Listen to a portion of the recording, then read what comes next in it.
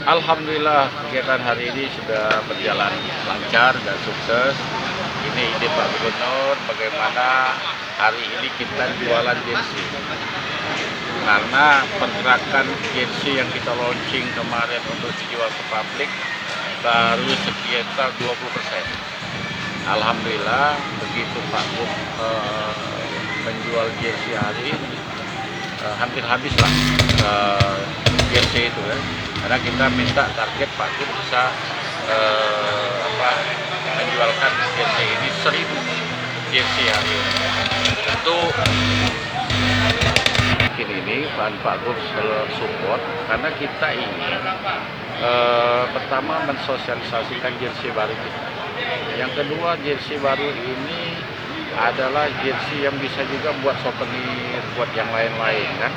Dan kita tetap menumbuhkan semangat bahwa jersey kebanggaan ini adalah bangga kita. Kalau orang supporter atau yang bangga dengan klub itu pasti beli jersey.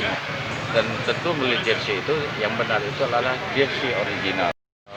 Sudah menyaksikan begitu strategis juga di Kambang Iwa ini kan kami, dan alhamdulillah hampir 40% lah kali 20% apa 40% sudah laku jersey hari ini. Saya minta kawan-kawan wawancara lah dengan yang penjualan jersey itu ada sudah berapa laku.